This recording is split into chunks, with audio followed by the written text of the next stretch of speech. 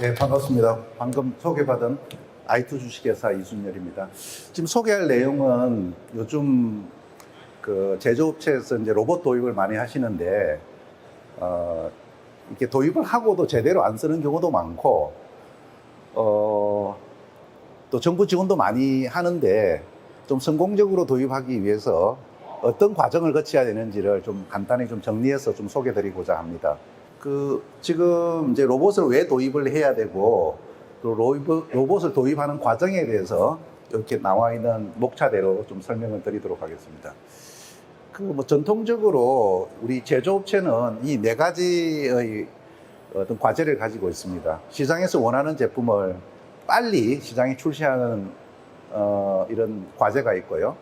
과거나 현재나 미래가 이거는 또 변함이 없을 것 같습니다. 두 번째로 생산성을 높이는 것, 그 다음에 이제 현재도 그렇지만 앞으로 점점 사람이 그 제조 활동을 하는 것보다는 산업 설비, 기계, 특히 로봇 같은 이런 기계에 의존해서 제조 활동을 하게 됩니다. 그래서 이런 자산이 다운타운 설비가 고장나서 일을 못하는 그런 시간을 줄여야겠죠. 그 다음에 이제 네 번째는 위험 관리입니다. 위험 관리는 뭐 지금 사람이 다쳐서도 안 되고, 그 다음에 이제 보안의 위험, 그 다음에 여기 보시는 것처럼 환경오염의 위험, 그 다음에 뭐 에너지를 너무 많이 사용한다든지 이런 위험 관리가 우리가 종합적으로 해결해야 될 그런 부분입니다. 그래서 이런 이유 때문에 저희가 로봇이 좀 필요하기도 하고, 또 로봇을 도입해서 잘 사용을 해야 되는 거죠. 그래서 요거 외에도 좀 좁혀서 보면, 왜 로봇을 도입을 해야 되는 현실을 보면, 지금 이제 산업 인력이 급격히 줄고 있습니다. 또 이 숙련된 사람들이 이렇게 퇴직을 하지만, 이제 그 자리를 이렇게 메꿔줄 수 있는 젊은, 우리 인력들이 제조업에 유입이 안 돼요. 다 대학을 나왔기 때문에. 특히 이제 제조 현장 같은 경우에 보시는 것처럼, 특히, 가보면, 특히 이제 대기업 같은 경우는 그나마 이제 그 젊은 인력들이 이제 고용이 되는데, 중소제조업 같은 경우에는 특히 지방에 있고 하면, 대부분 외국 근로자에 의존하는 면이 있고요.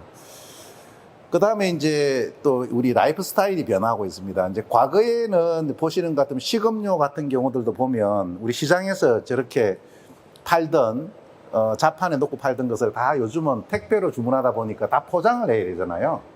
그러니까 일손이 많이 늘어났고, 일손은 적고, 저런 일들을, 로봇이 하지 않으면 안 된다. 또 우리 택배 같은 거 하면 굉장히 힘든 일이거든요.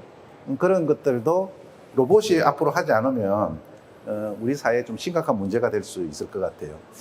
그래서 이제 이 디지털 기술과 뭐 로봇 기술을 융합한 게 뭐 지능형 로봇 되는데, 우리 이제 디지털 전환하면 이 뭐 사물 인터넷 기술이 초연결되고, 그다음에 이제 기술의 융합이라는 것은 이제 로봇 기술에다가, 그게는 이제 그 오토메이션 기술이라 그러거든요. 그다음에 운영 기술, 여기에다가 IT 기술, 디지털 기술이 융합하는 게 굉장히 필요하고, 그래서 요즘 우리 알아야 될 거는 여기 이제 기계 제조 얘기지만 기계 기술과 그다음에 제조 기술이라는 OT거든요. 여기다가 디지털 기술, 그러니까 기계 제조라는 거는 오퍼레이셔널 테크놀로지고, 디지털은 인포메이션 테크놀로지. 이것을 적절히 잘 융합을 하는 게 좀 필요하고, 이제 세 번째는 엣지 컴퓨팅, 그다음에 클라우드 컴퓨팅, 그다음 데스크탑 컴퓨팅에서 이제 아주 고성능 컴퓨터가 필요하니까 이제 엣지 컴퓨팅, 클라우드 컴퓨팅. 그다음에 이제 인공지능입니다. 그래서 우리가 이제 이런 이제 기술적인 변화, 그다음에 뭐 사회 환경적인 변화에서 로봇을 왜 도입을 해야 되는지 하면, 우리 업종이나 작업 방식, 제품의 품질 수준들이 서로 굉장히 다르고, 또 인력 구하기도 힘들고, 그래서 로봇은 그냥 로봇만 이렇게 사다 놓으면 로봇이 알아서 어떤 제조 활동을 하는 게 절대 아니거든요.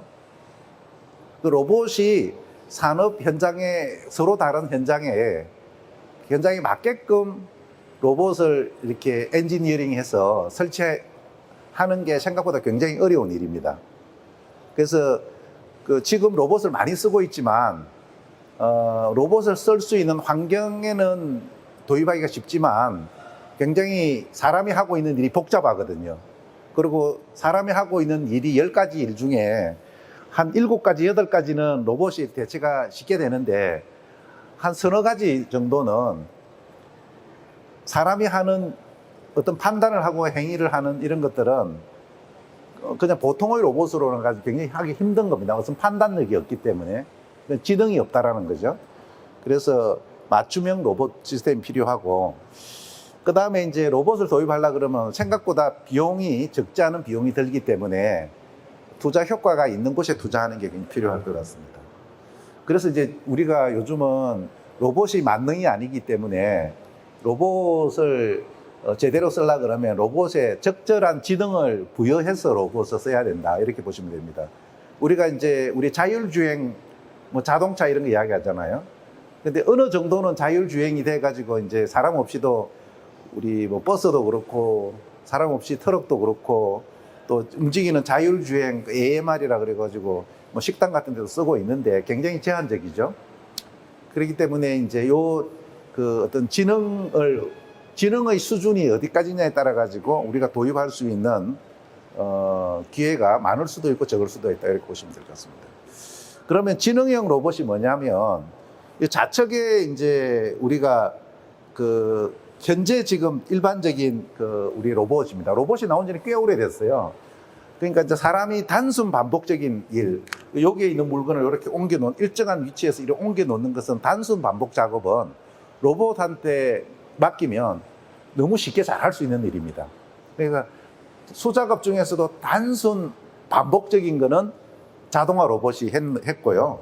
두 번째, 비정형 작업이라는 거는 이게 그렇게 단순하지도 않고 그렇게 반복적이지도 않는 일, 뭐 예를 들어서 물건을 딱 짚는데 모양이 일정하지 않다든지, 물건을 짚는데 불량품하고 양품하고 구분해 가지고 이렇게 위치를 잡아서 옮겨야 된다든지 하는 것은 좀 비정형이라 그러거든요. 그런 것들은 로봇이 어떤 판단력과 유연하게 할 수 있는 능력이 있어야 되기 때문에 요거는 이제 지능형 로봇이 할 영역이다, 이렇게 봅니다.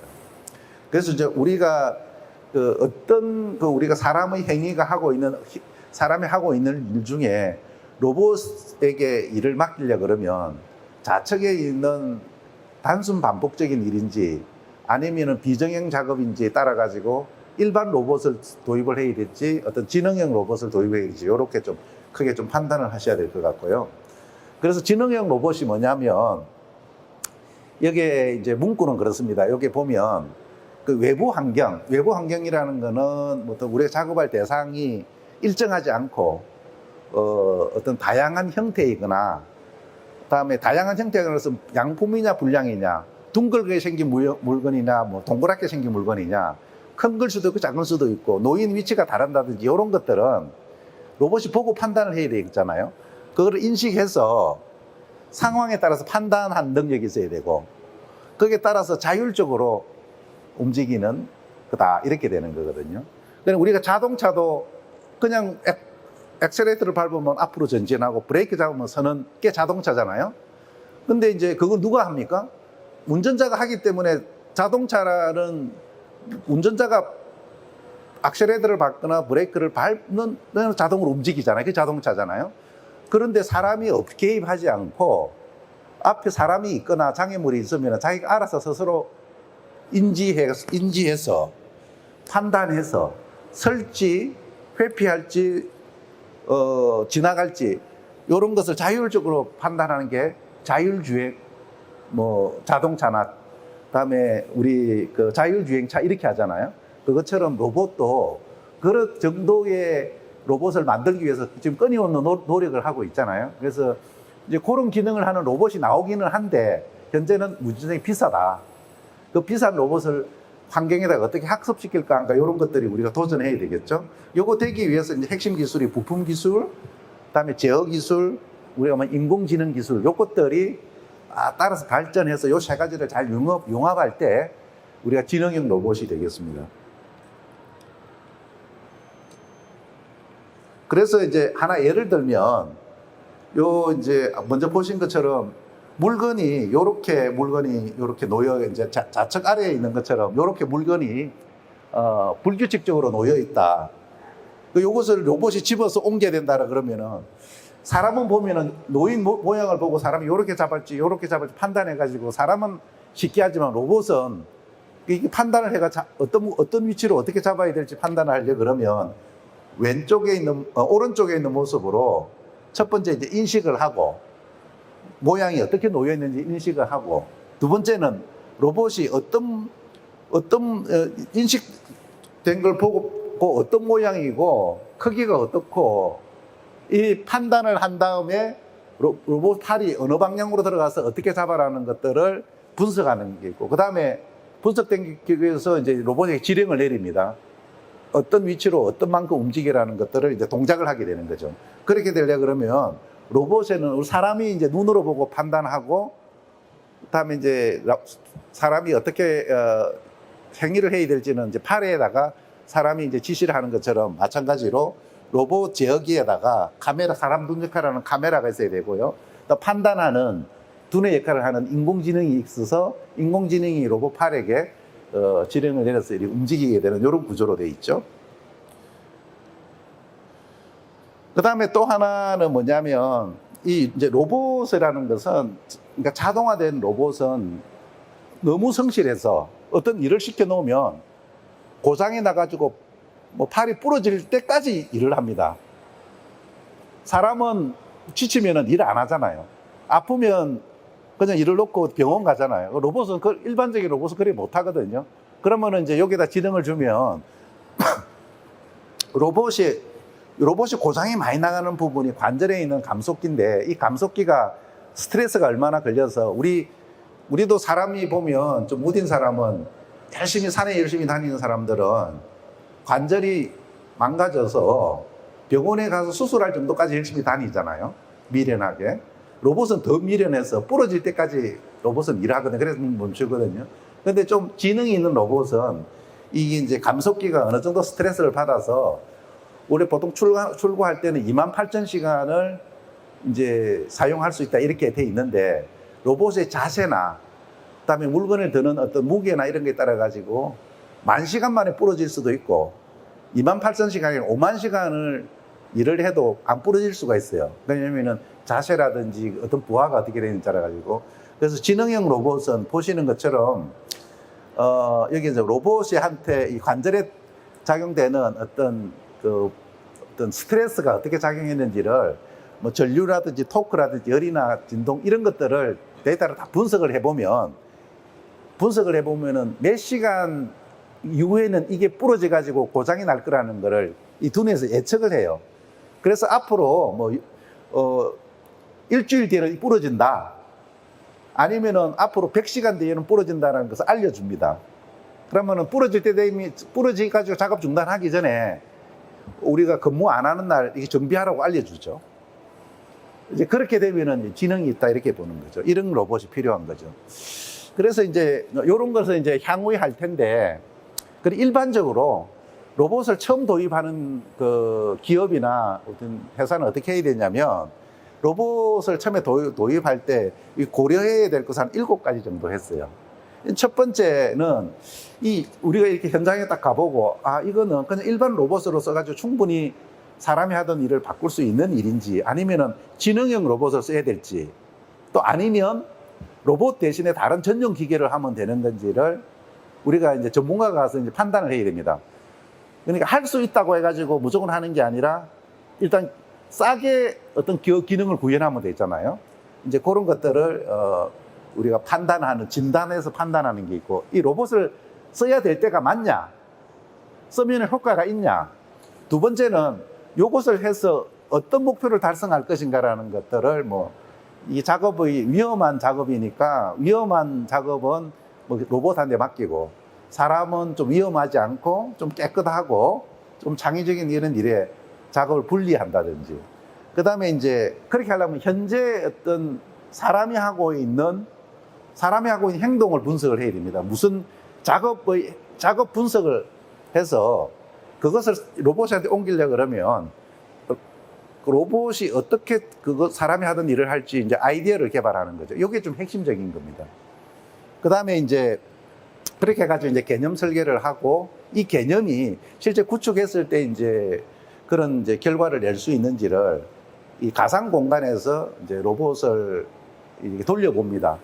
근데 실제 이제 이상적으로는 될 것 같은데 막상 로봇을 해놓으면 95%는 되는데 5%가 부족해가지고 안 되는 경우가 많아요. 안 된다는 말은 사람이 하고 있는 95%는 로봇이 하는데 5%는 사람이 옆에 있어줘야 된다. 그러면 사람을 원래는 그 자리에서 빼가지고 다른 일을 하려고 그러는데 그 5% 때문에 사람을 빼지를 못하는 거예요.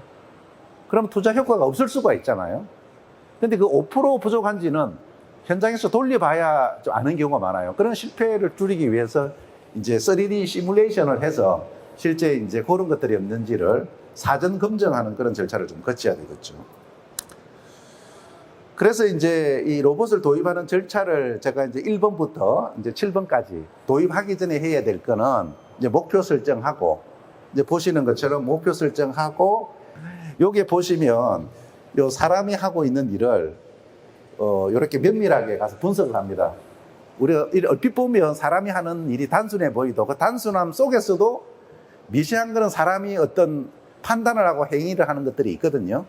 이제 그런 것들을 잘 봐서 세밀하게 작업 분석을 한 다음에 이제 그 세 번째 이제 우리가 해야 될 거는 이게 이제 어떻게 할지는 아이디어 도출을 이 아이디어를 가지고 4번에서 이제 실제 내 아이디어가 가능한지를 이렇게 가상 공간에서 기계를 만들어서 그 공정에 이렇게 흘려봅니다. 3D로.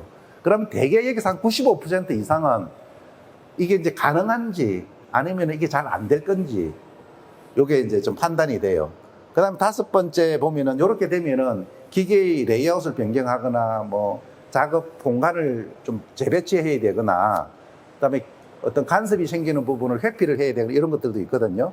그 다음에 이제 우리가 해야 되면 이제 투자 효과 분석을 이제 하고, 투자 효과 분석하면 이제 비용이 얼마 들 것이며, 다음에 우리가 효과를 볼 수 있는 게 비용적인 효과가 뭐고, 다음에 그 비용 외적으로 뭐 작업 환경이 개선된다든지 근로자의 뭐 어떤 만족도가 올라간다든지 이런 것들을 이제 판단을 해보는 겁니다. 그래서 요게 이제 요렇게 해가지고 어떤 그 제품을 개발할 때는 요 이제 V 모델이라 그래가지고요. 요 왼쪽에 있는 것은 이제 어떤 아이디어를 개발해가지고 제일 먼저는 현장에서 요거는 요구사항이 뭐다. 그 요구사항에 맞게끔 기본 설계를 합니다.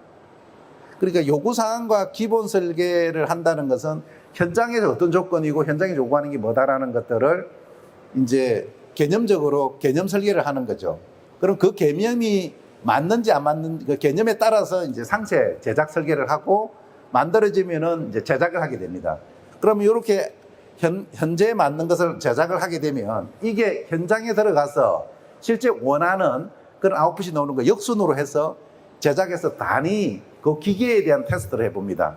그 두 번째는 기계하고 그다음 옆에 있는 앞 공정과 후 공정 간에 또 연동이 잘 되는지를 연동 설비 이제 설비 통합 연동 시험을 해서 이 공정 전체를 한번 기계를 돌려보는 거죠. 그래서 이렇게 해서 처음에 요구하는 요구사항을 시운전을 해서 제일 위에 시작할 때의 그 요구사항과 최종 시운전에서 그 결과가 서로 맞아야만이 이게 이제 성공인 거거든요. 그 밑에 세부적인 거는 맞는데 저 상위에 처음에 요구사항 분석했을 때의 초기에 기대했던 거 안 나오면 부분은 최적화되어 있고 부분은 성능이 우수한데 전체로 봐서 어떤 특정 부분이 안 맞으면 쓸 수가 없는 경우가 굉장히 많아요. 이 기계 혼자서는 잘 되는데 앞공정과 뒷공정에 붙여놓으니까 앞공정이 사람만 하는 거하고 연동이 안 돼요. 앞공정이랑 또 뒷공정에서 앞공정에 끝나고 나면 뒷공정에 연결해야 되는데 연결을 지을 수가 없어요. 그런 것들도 다 봐야 되는 것들이 있습니다. 그래서 이제 시스템 엔지니어링 컨설팅이라는 게 있는데 이제 요것도 지금과 같이 이제 도입하기 전에 사전에 이제 검토하고 분석하고 하는 거를 엔지니어링 컨설팅이라 그래요. 그래서 로봇을 도입하고자 하는 기업은 무조건 공급업체를 선정하기 전에 우리 회사에서 원하는 요구사항과 분석을 하고 개념 설계를 한 다음에 우리 회사에 맞는 요구사항 RFP를 내서 견적을 받고 견적한 공급업체가 우리의 요구사항에 적절한지를 평가를 해야 되는데 대개 중소기업은 그 능력이 없어요. 구매 능력이 없다라는 말은 우리 회사에서 필요한 요구사항을 문서로 적어서 견적 요청을 못해요. 그냥 로봇 시스템 하나 도입하려고 싶은데 견적 주세요 이렇게 해가지고, 그리고 공급업체는 어떻습니까? 그냥 물건을 팔기 위해서 그냥 대충 해가 견적을 냅니다. 이거 됩니까? 라고 하면은 큰 고민도 없이 된다라고 하는 그런 공급업체가 있는데 그게 좀 굉장히 위험한 거죠. 그럼 현장 상황은 굉장히 특수한 조건들이 많이 있거든요. 그럼 현장에서 거기서 말하는 요구소건을 찾아내고 문서화해서 사전 검증해서 하는데 비용이 많이 들겠습니까? 적게 들겠습니까? 많이 드는 비용이 많이 들거든요. 근데 이제 그 견적을 받는 기업은 견적 줄 테니까 내가 돈을 2천만 원 줄게요. 2천만 원 주고 견적 받습니까? 우리 이렇게 어떻습니까? 내가 로봇을 도입하는 회사 같은 내 견적 받기 위해서 2천만 원 줄 테니까 견적 잘 주세요. 이런 경우가 있습니까? 그렇게 안 하면 견적 주는 사람들이 자기 돈 2천만 원을 투자해가 견적을 하겠습니까? 한 20만 원 투자해가지고 하면은 대충 해가 견적 주거든요. 근데 굉장히 그럴싸하거든요. 그래 계약하면 빠뜨린 것도 많고 또 현장의 조건이 요런 조건이 되면은 된다 그랬지. 현장에 요런 좀 특수한 상황이 있는지 몰랐다고 해서 안 된다 그래요. 그러면은 다툼이 생기고 또 그렇게 정부의 지원을 받아가지고 했는데도 안 맞아서 5%가 부족해서 10%가 부족해서 안 쓰고 그냥 방치해 두는 것이 생각보다 굉장히 많다 이렇게 되는 거예요. 그래서 여기 보시는 것처럼 기존 공정과 제품을 상세하게 분석을 하고 두 번째, 이 로봇을 도입했을 때 타당한지는 기술적인가 하고 그다음에 경제적인가 하고 적합성하고 이걸 종합적으로 봐야 됩니다. 그래야만이 된다고 해가 다 하는 게 아니라 경제성이 있어야 돼요. 경제성이. 그래서 이 기술적으로 경제적으로 그다음에 적합성 측면으로 세 개가 다 만족할 때 로봇을 도입을 해야 되고 그렇게 됐을 때 성공 확률이 높다 이렇게 되는 겁니다. 생각보다도 로봇을 돈을 주고 도입을 했는데 굉장히 성공적이다라는 이런 결과를 내기는 생각보다 어려운 일이다 이렇게 보시면 될 것 같습니다. 여기 지금 바깥에 전시해 놓은 거 보면은 전시 현장에서는 공장의 상황을 고려하지 않고 로봇이 막 돌아가고 그러잖아요. 이것이 현장에 갖다 놓으면 잘 될 수도 있고 안 될 수도 있다라는 거죠. 그래서 우리가 여기 있는 좋은 물건들을 보고 우리 현장에 가서 잘 될지 안 될지 할 때는 요 기본적인 두 가지를 보고 판단을 하셔야 된다. 그 다음에 이제 문제 정의하고 목표 설정인데요. 우리가 로봇을 왜 도입하려고 그러는가? 뭔가의 how, 어떻게 할 것인가라는 것은 고민을 많이 하는데 왜 하는가? 그러니까 이거를 해서 어떤 목적을 달성할 것인가에 대한 것은 고민을 많이 안 해요. 특히 우리는 지금 어떻겠습니까? 어떻게 할 것인가 how에 대해서 생각을 많이 해서 how는 과거에 뭐 일본에 그렇게 했다, 뭐 성공 모델에서 그대로 어떻게 했는지를 빨리 배워가지고 그대로 하면 다 성공하잖아요. 왜냐면 한 대가 있으니까. 그렇잖아요? 근데 다른 회사에서는 됐는데 우리 회사에서는 안 될 수도 있거든요. 상황이 다르니까. 그리고 또 아까 지능형 로봇 같은 이런 것들은 보면 이론적으로는 되는데 현장에 가서 안 될 확률이 있다 이거죠. 근데 어디 가서 정답이 있는 곳을 가서 하는 게 아니라 정답이 없는 곳을 가서 해야 될 게 있기 때문에 여기에 나와 있는 이런 것들은 어떻게 해야 됩니까? 왜 해야 되고 이걸 해서 어떤 결과를 낼 것인가라는 것들에 대해서 우리가 과거에 안 하던 고민을 10배 이상 많이 해야 됩니다. 왜? 이거 해서 어떤 목적을 달성하려고 그러는 건지에 대해서 어떻게 할 것인가라는 고민하기 이전에 많은 시간과 노력을 들여야 되는데 이것이 우리가 좀 부족한 것 같아요. 지금까지. 그러니까 지금은 이제 우리는 이제 일본이 안 하던 걸 해야 되잖아요. 일본보다 더 잘해야 되니까. 독일이 안 하던 것 해도 독일이 고민 안 했던 걸 우리가 먼저 고민해 우리가 먼저 해야 되잖아요. 그래서 여기에 문제를 잘 정의하고 목표 설정하는 게 중요하다. 그래서 이제 그렇게 하려면 우리 생산 시스템에 우리가 지금 막 일본에서 배워가지고 뭐 도요타 TPS, 린 매니팩처링, 뭐 식스 시그마 이렇게 해가지고 많이 배워가지고 그렇게 하고 있거든요. 그래 하고 있는 복잡한 공정을 체계적으로 하고 있는데 사람이 잘하고 있는데 요것을 그 로봇한테 맡기려 그러면 일본엔 또 사람이 하는 걸 아직도 여전히 모노쭈꾸리 이렇게 해가지고 일본은 다 체계적이고 질서정연하게 일을 잘하거든요.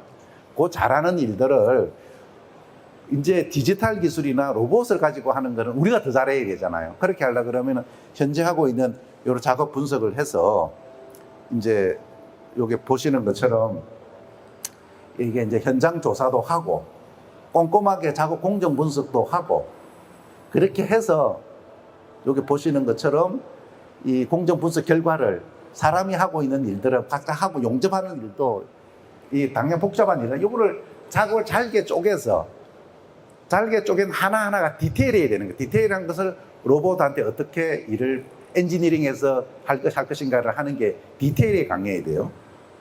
그 다음에 이제 생산 규격에 대해서도 우리가 보고, 그 다음에 로봇 도입을 했을 때 타당한지, 그러니까 전후 공정으로 바로 로봇의 속도, 로봇이 할 수 있는 무게를 감당할 수 있는지 고려해야 될 것, 여기 나와 있는 것처럼, 굉장히 많습니다. 이 하나하나를 디테일하게 다 따져봐야 된다는 거죠. 그 다음에 이제 거기에 맞는 이제 아이디어 개발하는데, 첫 번째 로봇을 도입을, 요렇게 지금 자동차 부품의 전체 공정 중에서 저항 용접하는 공정을 아이디어를 한 두 가지를 이렇게 냅니다. 로봇 한 대를 써서 할까, 두 대를 할까. 그래서 완전 자동화를 할까, 부분 자동화를 할까. 비용 대비 효과가 어떻게 되는지 이렇게 해서 최적의 안을 찾도록 그렇게 해야 되고요. 그 다음에 도입 전과 이제 이렇게 도입을 했을 때 도입 전과 도입 후에 뭐가 좋아지는지, 그 다음에 그 에즈이즈에서 투비로 가기 위해서 어떤 기술적인 솔루션을 써야 될 건지 요거를 그 사전 검토를 통해서 충분하게 이런 엔지니어링 컨설팅을 통해서 해야 된다. 이렇게 보시면 되겠습니다. 그 다음에 이제 두 번째는 이제 마지막으로 이 타당성 분석인데요. 그걸 우리 ROI 분석한다 그러잖아요. 그러니까 첫 번째는 이 도입을 하기 전과 도입 후에 전과 후가 비용 대비 효과가 어떻게 큰지를 봐야 되거든요. 항상 우리가 사업은 비용 대비 효과가 큰 쪽으로 해야 되거든요. 근데 이제 그래서 우리가 투자 회수 기간을 따지는데 로봇 같은 경우는 기술적으로만 문제가 없다라고 하면 경제성 측면에서는 성공할 경우에 ROI가 대개 1년 안쪽입니다. 근데 어떤 투자치고요, ROI가 1년 안에 나오는 것들이 거의 없어요. 우리 스마트 팩토리 하면 AMS 이런 거 투자하잖아요. 보통 한 1억 투자한다. 그거에 투자 효과를 뽑는데 보통 3년에서 한 5년 정도 걸리거든요. 그런데 로봇 같은 경우는 투자를 하면 보통 1년, 제대로 하면 1년 내에 투자 효과를 뽑을 수 있다. 투자 효과가 1년 안에 있으면 제조 기업하는 사람들은 다 하려고 그래요. 왜? 1년 뒤부터는 그때부터는 다 수익으로 들어오니까 1년에 1억 번다는 거거든요. 그렇잖아요. 1억 투자해가지고 비용 절감 1억 했어요. 그러면 그 다음 해부터는 매년 1억씩 이윤이 생기니까 은행 돈 빌려서도 안 할 이유가 없겠죠. 그리고 또 정부에서 50% 지원해 준다 그러고 또 경기도에서 한다 그러면 70% 지원해 준다 그러니까. 그러면 엄청 이익이죠. 그렇게 이제 나오고 나면 이제 상세 로봇을 어떻게 도입할지를 로봇에 대한 동작에 대한 이 플로 차트를 그리고 요거를 로직으로 구현을 해야 되는 겁니다. 그 다음에 이제 위에 IT에 뭐 MES나 그다음에 생산 그 지시 시스템이나 뭐 PLC와 연동해 가지고 로봇이 작동할 수 있도록 이제 로직 설계를 하고, 그다음에 요것처럼 구매 사양서를 만들어야 그러면 A 업체, B 업체, C 업체에서 적어도 요런 어떤 사양서를 만들어가 견적을 받아야 동등한 조건으로 견적하는데 그냥 로봇 시스템 견적 주세요 이렇게 하면 견적 전제 조건이 다 다르기 때문에 어떤 데는 1억, 어떤 데는 2억, 어떤 데는 1억 5천. 왜냐면 되게 가격이 다른 이유는 그 사람들이 생각하는 전제 조건을 자기가 상상해서 하기 때문에 가격이 다 달라요. 그럼 싼 집이 하거든요. 그러면 실패할 확률이 많다. 그래서 이제 우리가 또 OLP라고 하는 거는 이렇게 견적을 했다 그러면 실제 오프라인 상태, 그러니까 온라인으로 이게 로봇을 한번 동작시켜 봅니다. 동작시켜 가지고 프로그램을 만들어요. 그러면 거기서 동작에 대한 프로그램을 만들면 그 프로그램을 실제 로봇을 구축해놓고 프로그램 씌우면 그대로 들어가요. 그러니까 OLP, 오프라인으로 프로그램을 짜서 그 프로그램을 그대로 넣으면 로봇이 돌아간다. 이렇게 보시면 돼요. 그래서 요게 이제 3D 가상 공간에서 작업하는 것을 CLC 프로그램을 해서 이 프로그램은 로봇이 동작하겠다라고 하면 95% 이상이 프로그램이 생성되고 실제 로봇을 도입해가 한 5%만 튜닝하면 된다. 이렇게 보시면 될 것 같습니다. 질문이 혹시 계시면 제 앞쪽에 제 자료, 제 연락처가 있는데 개별적으로 전화나 이메일 주시면 성실하게 답을 드리도록 하겠습니다. 수고하셨습니다.